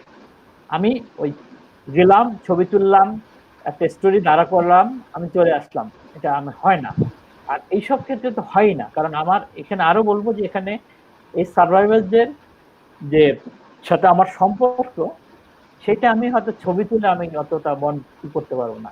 তাদেরকে যদি একটা ফোন করি, ওই ছবি তোলার চেয়েও ওই ফোনটা তাদের অনেক মনকে চাঙ্গা করবে, এবং সেটা করছে, এখন করছে, এবং তারাও আমাকে ফোন করে খবর নেয়।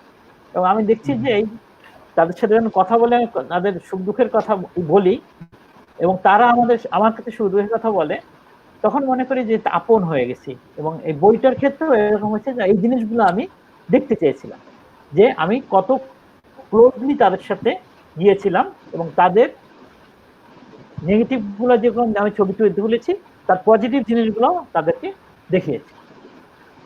এইটাই ছিল আমার আসলে, এর জন্য আমার আসলে এতদিন লাগলো আমার বই বের করার। কিন্তু আমি আরো সময় নিতে চাইছিলাম, আরো একদম শূন্যের কোথায় চলে আসবে, মানুষ এটাকে মনে করবে যে এটা কোনোদিন হয়েছিল বাংলাদেশে এরকম। কিন্তু মানুষ এখন সভ্য হয়ে গেছে, মানুষ এখন ভালো হয়ে গেছে, মানুষ এই ধরনের কাজ করে না, এরকম আশায় ছিলাম আমি।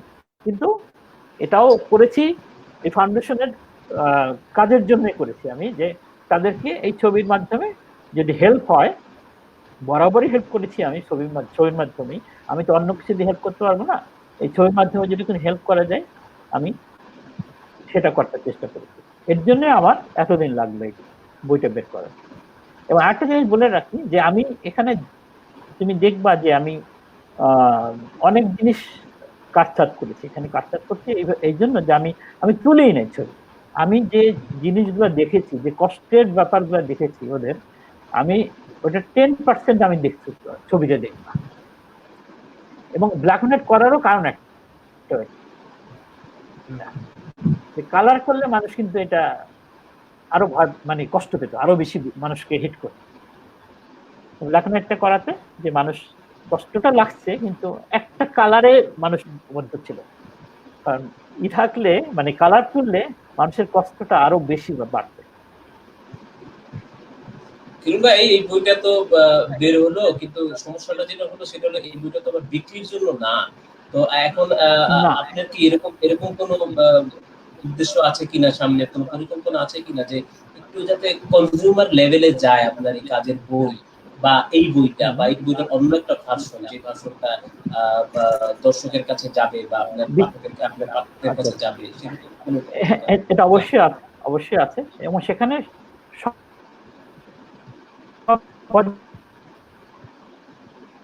কিরণ ভাই শোনা যাচ্ছে না, কাজ করছে। কিরণ ভাই শোনা যায়নি, আরেকবার বলবেন। আর কিরণ ভাই, আপনার ফেসবুকটা কি বন্ধ করা? তো হ্যাঁ, বন্ধ করা, ওটা বন্ধ করা, তাহলে একটু কথা শোনা যাচ্ছে। হ্যাঁ, তাই ওইটা যে শুনতে পাচ্ছ? হ্যাঁ, শুনতে পাচ্ছ? হ্যাঁ। না, ওইটাও একটা কারণ যে আমি ওই পজিটিভ, কিন্তু আসলে এই বইটা আসলে কখনো বিক্রি হবে না ওইভাবে।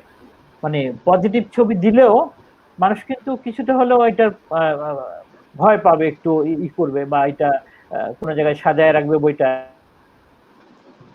আমাকে এই বইটা নিয়ে হয়তো বা ওদের কাজের জন্যই করতে হবে, কিন্তু আমি যদি বিক্রির উদ্দেশ্য করি, অনেক ডকুমেন্টারি ফটোগ্রাফ বই আছে এরকম যে মানুষ কিনতেছে বিদেশে, বিশেষ করে অনেক ভায়োলেন্স, অনেক ইসের ছবি। কিন্তু আমি এখানে পুরোপুরি আমার ইচ্ছা আছে, অনেক ছবিও আছে আমার, যে বিয়ে হচ্ছে, কেউ বিদেশে গেছে, বিদেশে ভালো জায়গায় কাজ করছে, ও বাংলাদেশে এখন আসবে, ওর ওর হিস্ট্রি জানবো, দরকার হলে যদি বিদেশে কখনো যাই ওদের উপরে কাজ করব। এবং পুরো জিনিসটাই থাকবে যে মানুষ একটা স্বপ্নের মধ্যে থাকবে, যে দেখবে যে এই সার্ভাইভাররা এত কষ্টের পরে, যে বইটা আনস্টেবল জীবন, কারেজ উইদিন, মানে এরকম সাহস থাকবে, যে মানুষের একটা সাহসও বাড়বে, যে এদের যে আমি একটা যে মারে এসিড মারে, সেও যেটা লজ্জা পায় যে তাকে মারে আমি দামিয়ে রাখতে পারি, সে কিন্তু ঠিকই তার জায়গা দখল করে আছে। এরকম অনেক অনেক মেয়ের স্ত্রী আছে, সে ভালো ভালো জায়গায় চাকরি করছে, এখন করতেছে, বিদেশি সংস্থায় চাকরি করতেছে, কিন্তু এসিড মারার পরে সে পড়াশোনা করেছে, তারপরে বিভিন্ন জায়গায় চাকরি করছে। এবং সবচেয়ে মানে অস্ট্রেলিয়াতে একটা মেয়ে থাকে, ওকে দেখছি যে অনেক জায়গায় এসিড সার্ভারে চাকরি করছে, হেলেন কেয়ার ইন্টারন্যাশনালে চাকরি করছে, হ্যান্ডিক্যাপ ইন্টারন্যাশনালে চাকরি করছে, এবং সব কাজ দেখছি ও নিজে থেকে সিভি দিয়ে নিজের যোগ্যতা অনুযায়ী চাকরি পেয়েছে, এবং এখন অস্ট্রেলিয়াতে আছে, ওখানে পড়াশোনা করতে গেছে, এটাও নিজের যোগ্যতায়, এখন ওখানে নার্সিং করছে, ওর সাথে প্রায় কথা হয়। তা আমি এই সাকসেস গুলো দেখতে চাই, এবং এই সাকসেস গুলো দিয়ে হয়তো এক সময় বই করবো ইনশাল্লাহ। বাহ, ইন্টারেস্টিং। কিংবা আপনি আপনি আপনি যে সাকসেস স্টোরির কথা বলছিলেন, আপনি যে এসিড আক্রান্তদের বিভিন্ন সফলতার গল্পের একেবারে পেছনে অনুসরণ করেছেন আপনি সবসময়, এবং তাদের খবর নিয়েছেন, তাদের সঙ্গে দেখা করেছেন, তাদের বাড়িতে বেড়াতে গিয়েছেন কতবার আমি জানি। আপনার অনেক সাকসেস স্টোরির মধ্যে কোন সাকসেস স্টোরিটা আপনাকে সবচেয়ে বেশি আবেগ আপ্লুত করে বা আপনাকে সবচেয়ে বেশি আনন্দ দেয়, সেটা একটু ডিটেইল বলবেন সেই গল্প। যেমন সাকসেস আছে অনেক কয়টাই আছে, এর মধ্যে একটা মেয়ে আছে দেখবো, হাসিনা, ও এখন ভূমি অফিসে চাকরি করে ২৫০০। ওর বাড়িতে অনেক গেছি, ওর বিয়েতে গেছি, এবং ওর বিয়েতে যে দেখলাম যে ডিসি থেকে শুরু করে সবাই আসছে, এবং এত ভালোবাসা থাকে মানুষ ওখানকার। এরকম আছে। আর একটা মেয়ে আছে যে ও একদম ছোটবেলা থেকে ওকে দেখছি একদম, ওর হিস্ট্রি আছে, একটা সুন্দর একটা গল্প আছে, বই দেখবা, বইয়ের ক্যাপশনটাও আছে এরকম, যে একটা অনুষ্ঠানে ওকে একদম মেয়ে হয়েছে দেখে এসিড খাওয়া দিছিল, এবং মুখমন্ডলে পুরো এসিড ছিল, এবং ওর একটা অনুষ্ঠানে গেছিলেন, ও গেছে যে ও আর একটা বন্ধু, সেও সার্ভাইভার, ছোট একদম, ধরো ৫-৬ বছর হবে, তো একটা মাথায় একজনের মাথায় একজনের ফুল দিয়ে দিচ্ছে, দেওয়ার পরে ও আমাকে বলছে, আমি ছবি তুলছি, বলছে মামা দেখতে সুন্দর লাগছে না আমাকে, বুঝছো? এই কথাগুলো আমার কিন্তু এখনো মানে ভিতরে আমার দাগ কাটে। এবং ও এখন 10-এ পড়ে, ও ঢাকায় যখন ছিল ওর কোনো স্কুল নিবে না, পরবর্তীতে অনেক কাউন্সিলিং করার পরে স্কুলে ভর্তি করছে একটা, ওখানেও ছবি তুলেছিলাম আমি এইটা। এবং সে এখন 10-এ পড়ে ২৫০০ হবিগঞ্জে, এবং সেও কিন্তু এরকম একটা সাকসেস আমার কাছে মনে হয়, যে ওকে একদম ছোটবেলা থেকে দেখছি, এবং সে প্রাইমারিতে পড়ছে, এখন সে 10-এ পড়ে, হয়তো বা সে এক সময় চাকরি করবে এরকম। পাশাপাশি কষ্টেও আছে, কষ্টটা এখন শেয়ার করবো। মানুষ আসলে একটা মেয়ে ছিল খুব ট্যালেন্টেড, খুবই ট্যালেন্টেড, তুমি চিনো মনে হয়, বাবলি নাম ছিল ওর চাচি, হ্যাঁ চাচি খাওয়াই দিয়েছিল এসিড, তুমি ছোটবেলা থেকেই দেখছো। ও অনেক ভারত ছেড়ে হোমসে পড়তো, নাচতে পারতো ভালো, কথা বলতে পারতো না, কিন্তু তারপর সুন্দর করে গুছিয়ে কথা বলতো। হ্যাঁ হ্যাঁ হ্যাঁ, এবং কিন্তু জানো কিনা যায় না, যে কোনো কারণ হয় ও মারা গেছে, ও সুইসাইড করছে, এবং হয়তো ইনার কিছু কষ্ট ছিল। তা এই পাশাপাশি যেমন এই সাকসেস গুলো দেখছি আমি, পাশাপাশি কিছু কষ্ট আছে যেগুলো আমাকে খুব দেয়, তাড়া দেয়, যে আসলে তাদের কষ্টের ব্যাপারগুলা, পাশাপাশি তাদের সাকসেস গুলো, দুইটাই বোধ আমাকে একটা আনন্দ দেয়, একটা কষ্ট দেয়। এটাই তো শিল্পীর জীবন, তার জীবনে কষ্ট না থাকলে তো সে আগাবেই না। আপনি তো জীবনে তো এটা থাকে। আর আমি কেন জানি আমি আসলে আমার দুইটা এরকম স্টোরি, মানে সাকসেসফুল এসিড একটা, একটা ওল্ড হোমের কাজ তুমি দেখছো কিনা জানি না, ওটাও দেখতে পারবো। আমি জানি যে আপনি কাজ করেন, বহুবার গেছেন আপনি। অনেকদিন তো ওখানে রাতে থাকতাম, ওখানে অনেক স্মৃতি। এখন ছবিগুলো দেখি এবং ওই ছবিগুলার নাই, বেশিরভাগই নাই, এবং হয়তো 100%ই নাই, মারা গেছে সবাই। কারণ 2003-তে কাজ করি তো ওইখানেও আমার অনেক কষ্ট, কিন্তু ওইখানে আসলে আমার করার কিছু ছিল না তাদের জন্য, শুধু করার কিছু ছিল না, কিন্তু আমি মেসেজ দিতে পারছি মানুষকে। হয়তো তুমি দেখলে ওই ছবিগুলো দেখলে তুমি হয়তো পরের দিন তোমার বাড়িতে যে মা বাবার সাথে একটু ভালো ব্যবহার করবে তাদের কষ্টটা দেখে, এইটা হয়তো করতে পারছি। কিন্তু আদারওয়াইজ তাদের কিন্তু আসলে ভাগ্যটাকে ফেরাতে পারেনি। তারা কবর মারা গেছে, ওখানেই মারা গেছে, যে হোমে কাজ করছি আমি ওখানেই মারা গেছে, ওখানেই দাফন হয়েছে, ছেলে মেয়েরাও নিজে আসে নাই। ওই ছবিগুলো যখন দেখি, ওই ছবিগুলোর সাথে আমার প্রতিটা ছবির সাথে স্মৃতি একদম একদম ওতপ্রোতভাবে জড়িত। কারণ একটা ঘটনা ছিল এরকম যে আমি ওখানে যে নামাজ পড়তাম তো ওদের সাথে জামাতে, তা আমার বাবা ছিল এরকম, আমি টুপি পরে নামাজ পড়তাম না। আমি বাবা করতে আমি যখন নামাজ পড়তাম আমার সামনে দিয়ে একটা টুপি রাখে দিত, আমি যেটা টুপিটা পরি।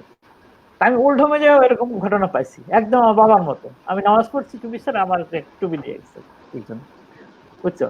মানে এইসব ঘটনাগুলো আসলে আমার খুবই তাড়া দেয়, কিন্তু কেন জানি আমি আসলে আমি যেগুলো স্টোরি করছি এদেরকে ভুলতে পারি না। আমি এখন না তাদের খবর নেই ফোনে যে কে কিরকম আছে।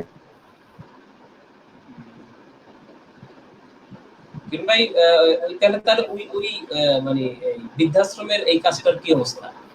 না, এটা অনেক ছবি হয়েছে আমার, এটাও তুমি ফেসবুকে এসে আমার ওয়েবসাইটে দেখতে পারবা। আর এটা নিয়ে একটা বই, হ্যাঁ আমার বই বের হওয়ার একটা চিন্তা ভাবনা আছে।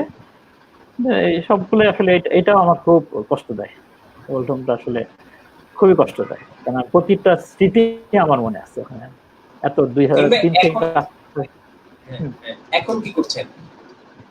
এখন আমি কিছু কাজ করছি, আমি ভিডিওর দিকে কিছু কনসেন্ট্রেশন করছি। আমি কিছু ভিডিও যেটা বলছিলাম এখন বলতেছি না, আমি কিছু একটা টপিক নিয়ে কয়েকটা টপিক নিয়ে কাজ করছি। মানে একটা টপিক নিয়ে কাজ করছি কিন্তু অনেকগুলা এলিমেন্ট থাকবে ওখানে ভিডিওতে। তো ওইটা আমি শুট করেছি অনেক কিছু, ওখানে স্টিলও থাকবে কিছু। ওই কাজটা করছি এখন ভিডিওর দিকে। আবার কিছু ওমেন এম্পাওয়ার, ছোট ছোট ওমেন এম্পাওয়ারমেন্ট নিয়েও কাজ করছি, বিশেষ করে কারণ বাজারে যে মেয়েরা কাজ করছে বিভিন্ন জায়গায়।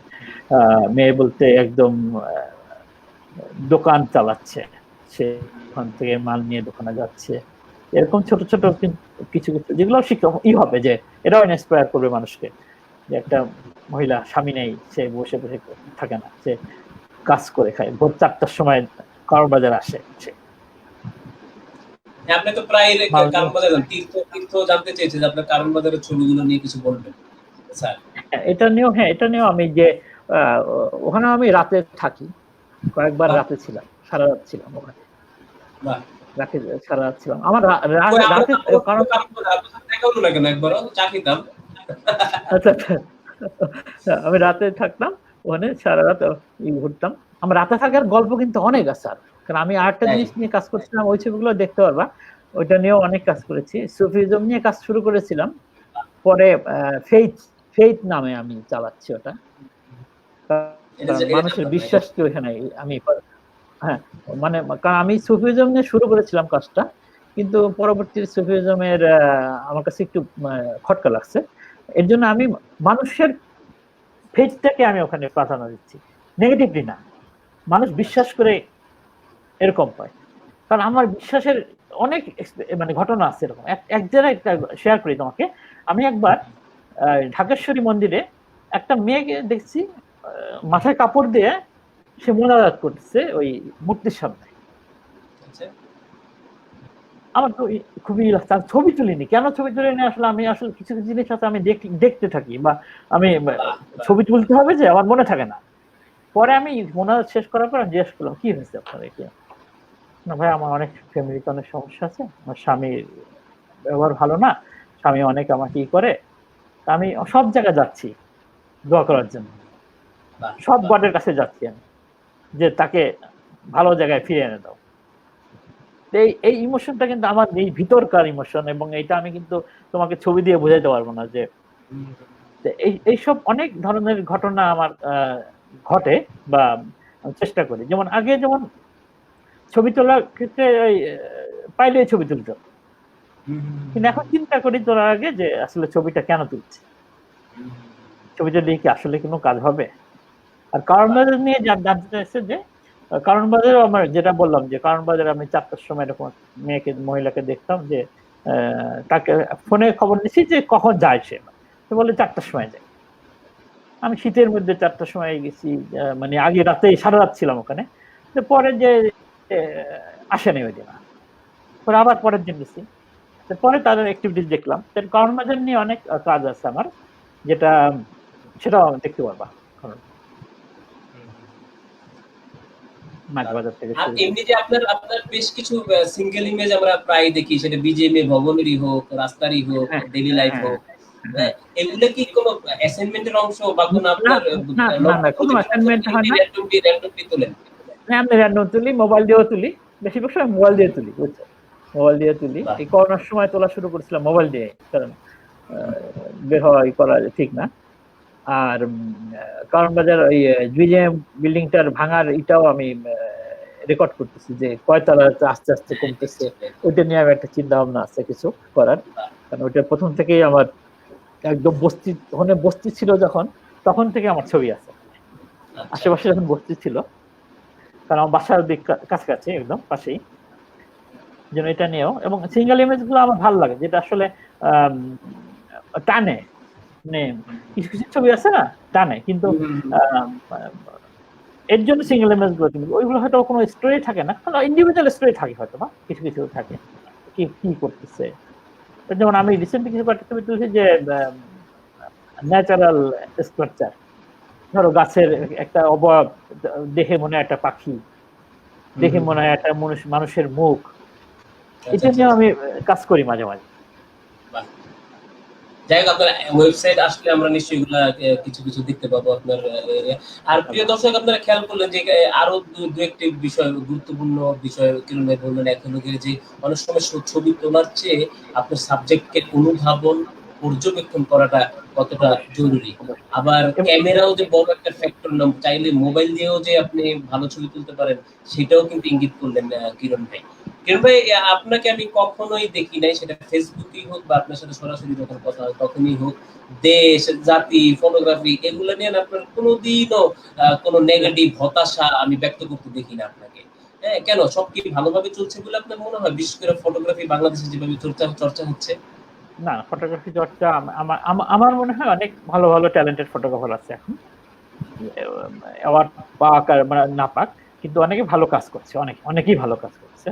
তাই এটাও আমার আশায় জায়গায় যে না, ট্যালেন্টেড ফটোগ্রাফার হচ্ছে, কিন্তু সোশ্যাল রেসপন্সিবিলিটি দিক থেকে কে কতটুকু কাজ করছে এইটা একটু আমার চিন্তা হয় মাঝে মাঝে একটু, যে আমি সোশ্যাল রেসপন্সিবিলিটি দায়বদ্ধতা থেকে কোন কাজটা করছি। আমি কি ছবি তুলে স্টোরিটা কমপ্লিট হয়ে গেল, আমি চলে গেলাম, পরের স্টোরিটা কি হবে, এর পরের ওই সাবজেক্টের কি হবে, এইটা চিন্তা ভাবনা ফটোগ্রাফারদের একটু কম মনে হয় আমার মনে হয়। যে আমার দরকার একটা গ্রান্ডের জন্য এই কয়টা ছবি আমি তুললাম, আমার হয়ে গেছে, আর লাগবে না, এরকম না। ডকুমেন্টারির ক্ষেত্রে আসলে অনেক ছবি তুলতে হবে, এবং তোলার চেয়েও তোমাকে রেকি করতে হবে বেশি, তোমাকে জানতে হবে তাদের অবজারভেশন। আর আমি কিন্তু যেমন আমার কিন্তু যেমন এসিডের ম্যাক্সিমাম, এবং অনেকেই এখন টেলিলেন্স ইউজ করে, আমি কিন্তু এখন টেলি ইউজ করি মাঝে মাঝে অ্যাসাইনমেন্টের ক্ষেত্রে, কিন্তু আমার বেশিরভাগ কাজ কিন্তু 35 মিলিমিটার, 35 মিলিমিটারটা। এবং একটা জিনিস আমার মনে রাখতে হবে যে ডকুমেন্টারি ফটোগ্রাফিতে কিন্তু একটা জিনিস, যে ছবি দেখে মানুষজন বুঝতে পারে যে আমি সাবজেক্টের কত কাছে গেছিলাম। একটা 24-70 দিয়ে ছবি তুললে বোঝা যাবে যে এটা 24-7 দিয়ে, আর 35 দিয়ে তুলতে গেলে বোঝা যাবে যে এটা ডিস্টরশন হয় না, তুমি সাবজেক্টের কত কাছে গেছো এবং তার সাথে ইন্টারাকশনটা কত জোরালো ছিল। ডকুমেন্টারির ক্ষেত্রে আমার কাছে মনে হয় যে এটা, কিন্তু এখন পারি না আমি, কারণ এখন আগে যেমন আমি 35 প্রাইম লেন্স ইউজ করতাম, 35টা আমার খুব ভালো লেন্স ছিল, একটা 35 মিনিমাল লেন্স, যেটা মানে ফিল্মের, এবং ওইটা আমি মনে করি ওইটা বেস্ট লেন্স। 35mm, মানে ডকুমেন্টারি ফটোগ্রাফির জন্য কাছ থেকে ছবি তোলা যায়। কাছ থেকে হয় কি তুমি কথা বলতেছো তার সাথে। এবং আমার কাছে মনে হয় যে ছবির ক্ষেত্রে কিন্তু একটা ছবি দেখলে মানুষ যদি বলতে পারে এটা স্থির ছবি না, এটা স্থির আলোকচিত্র না, এটা মুভমেন্ট করছে ছবিটা, মনে হবে যে দেখে। যেমন যেমন একটা জিনিস মনে রাখতে হবে যে জিনিসটা কয়েক সেকেন্ডের জন্য ঘটে, ওই জিনিসটা যদি আমি ক্যামেরায় বন্দি করতে পারি, ওইটাই হবে একটা ছবি। কয়েক সেকেন্ডের জন্য যেটা ঘটনা ঘটে ওটা কিন্তু আমি দেখতে পারবো না, আমি অনুধাবন করতে পারবো না। কিন্তু এটা যদি ছবির মধ্যে ফুটে চলে যায়, যে ওর সাথে কথা বলে ডায়লগটা এরকম ছিল, ওর হাতের এক্সপ্রেশনটা এরকম ছিল, ওর মুখটা কুচকা ছিল, এই জিনিসগুলো যখন তুলে ধরবে তখন ওই ছবিটার মাত্র অনেক বেশি বাড়ে। সেক্ষেত্রে পোর্ট্রেটের ক্ষেত্রে বলো, ডকুমেন্টারির জন্য ক্ষেত্রে বলো, আমি ওই জিনিসটা করি যে আমি অনেক ছবি তোলার ক্ষেত্রে অনেক সময় নিই, অবজার্ভ করি। প্রথম হয়তো একটা জিনিস পাবো কি না এটা একটা দিয়ে রাখি, যে আমি আগে যে অবস্থায় দেখি ওই অবস্থায় একটা ছবি তুলে রাখি, কারণ আমি এই অবস্থাকে নাও পেতে পারি। তারপর আস্তে আস্তে আমি ওইটা ভিতরে ঢোকার চেষ্টা করি যে ও কি করতেছে, এরপরে কি করবে। তখন কিন্তু ওই অবজার্ভ করলে কিন্তু একটা সময় তুমি মনে হবে যে তুমি কিন্তু রেডি থাকবা, তুমি তোমার মাথায় বলবে যে ও এরপরে এই জিনিসটা করবে, ওটা বলা লাগবে না। কম্পোজিশন যেরকম, তুমি যদি আগে থেকে নিজের কম্পোজিশন নিজে তৈরি করো, যে ঢেকে, আমরা করতাম কি আগে 3R প্রিন্ট নিয়ে ঢেকে ঢেকে কম্পোজিশন দিতাম নিজের ছবি নিজে। এবং সবচেয়ে ভালো যে নিজের ছবি নিজে জাজ করা সবসময়। এবং সেই ক্ষেত্রে হয় কি, কম্পোজিশনটা করতে করতে এক সময় ক্যামেরার ফ্রেমটাও ওরকম দেখবা, তোমার ছবি ক্রপ করতে হবে না, যে কম্পোজিশন একদম রেডি করা, যে আমি বুঝতে পারবো 35mm আমি এই জিনিসটা পাবো এখানে। এইটা ছবি যত তুলবে বেশি, যত অবজারভেশন করবে মানে সাবজেক্টে, তত ফটোগ্রাফারের জন্য ভালো হবে। দারুণ, আমি মুগ্ধ হয়ে শুনছিলাম কিরণ ভাই। আমার প্রশ্ন না করাতেও অনেক অনেক উত্তর, মানে কোনো হবে না। আমি এমন হয়েছে অনেক ক্যামেরা বাই করে নেই, ছবি তোলা হয়, খালি আমি দেখছি, কিন্তু আমি মন খারাপ করিনি যে আজকে কোনো ছবি হলো না আমার। এই জিনিসটা যাতে মানুষের না হয়, বের হইলাম আমার ছবি নাই, ধৈর্য থাকতে হবে, ওয়েট করতে হবে। কিরণ ভাই, আপনার মধ্যে অত্যন্ত মানে অতিরিক্ত ভাবেই বলবো আমি যে পজিটিভ এনার্জি আপনার মধ্যে খুব রয়েছে। সেটা তো একদম হলো যে আপনার স্বভাবই এরকম, যে পজিটিভ ভাবে সবকিছু দেখা, নাকি আপনাকে এই পজিটিভ এনার্জির জন্য কিছু তো নিশ্চয়ই আপনাকে ইন্সপায়ার করে? সেই ইন্সপিরেশন গুলো কি কি আপনার?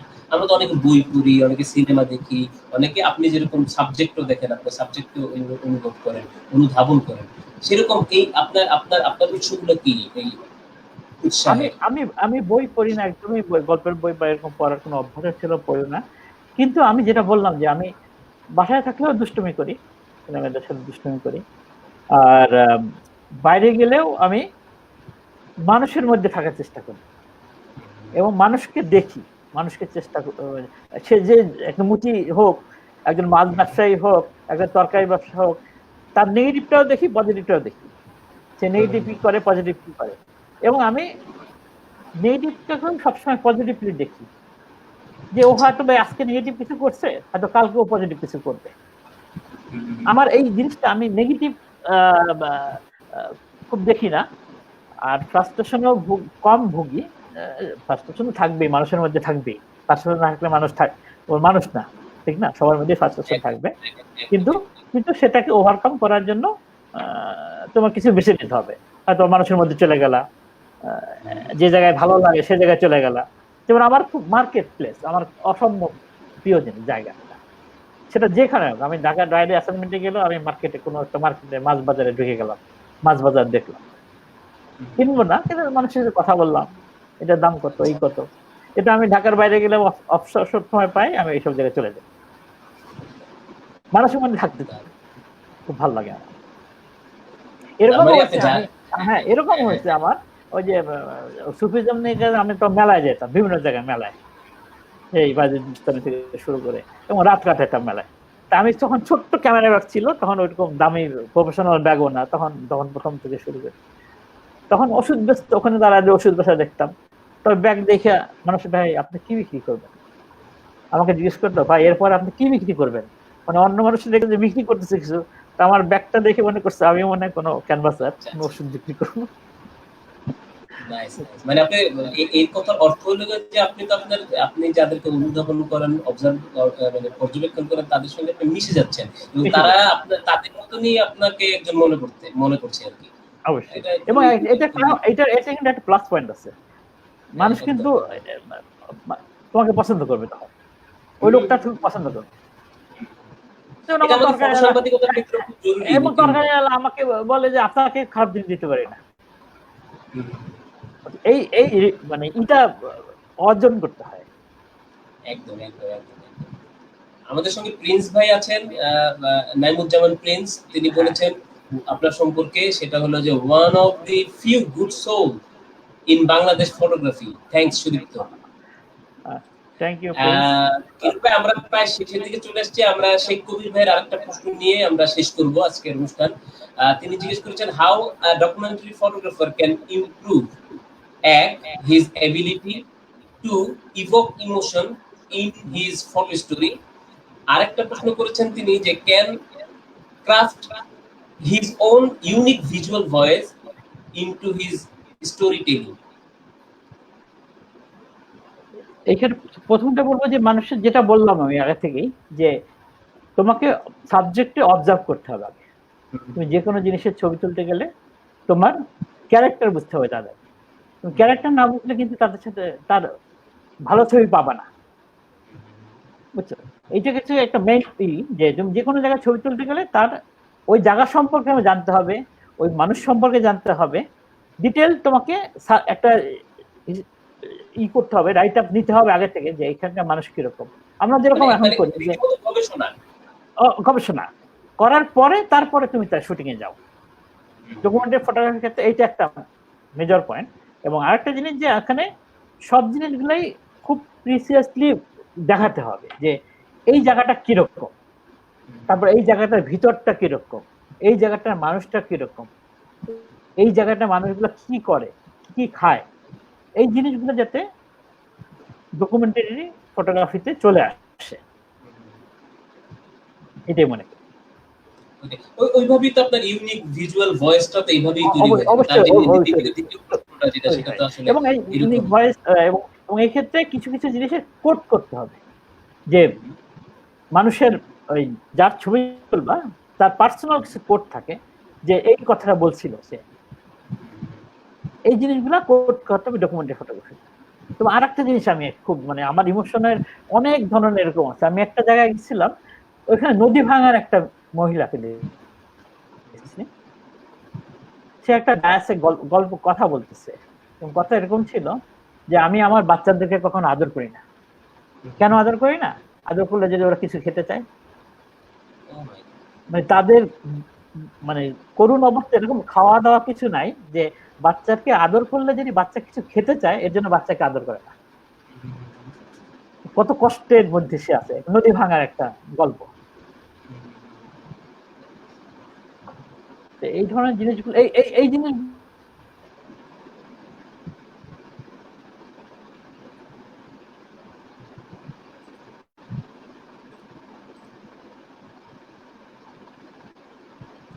কিরণ ভাইয়ের সংযুক্তি আবারও বিচ্ছিন্ন হয়েছে। আশা করি আমরা থেকে আবার পাবো একটু পরেই। প্রিয় দর্শক, আপনাদেরকে বলেছি, আবারও বলি, সেটা হলো যে আমরা এই যে সাক্ষাৎকারগুলো নিচ্ছি, এই সাক্ষাৎকারগুলো আমরা আবারও আপনাদের সামনে একটি ভিন্ন রূপে হাজির করবো। সেটা হলো একটি বইয়ের মাধ্যমে হাজির করবো। এটি একটি বই হবে আমাদের এই সিজন 1-এ, যেই আমাদের আলোকচিত্রীরা, প্রিয় আলোকচিত্রীরা, সেরা আলোকচিত্রীরা অংশ নিচ্ছেন, আমাদের সঙ্গে সময় দিচ্ছেন, আমাদের সঙ্গে কথা বলছেন, তাদের এই কথাগুলোকে একটি বই আকারে আমরা বের করব এবং সেই বইটি তৈরির কাজ ইতিমধ্যে শুরু হয়ে গেছে। আপনাদের শুনে ভালো লাগবে নিশ্চয়ই। আমরা কিরণ ভাইকে পেলে আমরা অনুষ্ঠানটা শেষ করব। কিরণ ভাই যদি আবারও আমাদের সঙ্গে সংযুক্ত হতে পারেন আর কি, তার লিঙ্কটা ইন্টারনেট করে একটু ঝামেলা করছে, এই জন্য এটা হচ্ছে আর কি।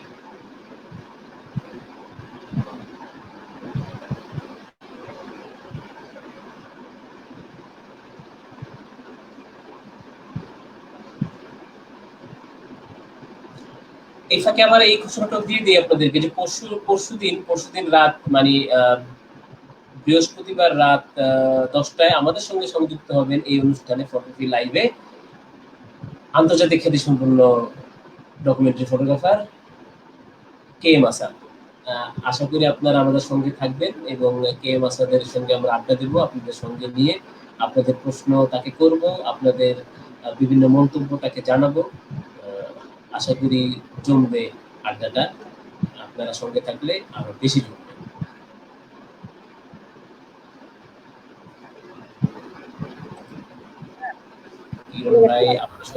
কিরণ ভাই আপনার নেটে ঝামেলা হচ্ছে। যাই হোক, কিছু কিছু কি বাকি ছিল কিরণ ভাই বলা?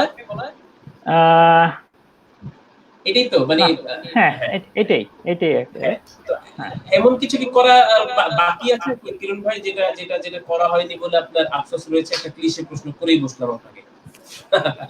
বুঝি নাই কথাটা। বলছি যে আপনার কি এরকম কোনো কাজ করা বাকি বলে মনে হয় যেটা আপনি করতে পারেননি বলে আপনার কষ্ট আছে?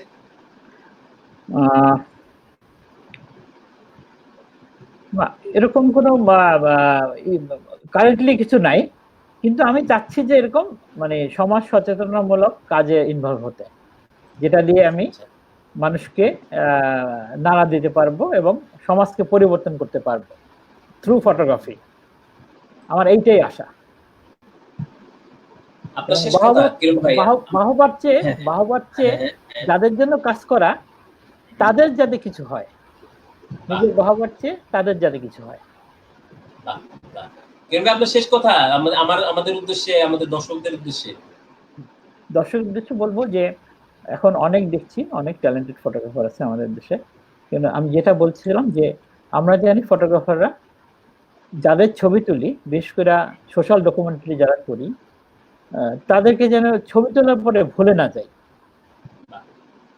তাদের সাথে সবসময় থাকি আমরা এবং তাদের সুখ দুঃখের কথা তুলে ধরার চেষ্টা করি, এবং কিছু না তাদের সাথে একটু ভালোভাবে কথা বললেও কিন্তু তারা খুশি হয়ে যায়। আমার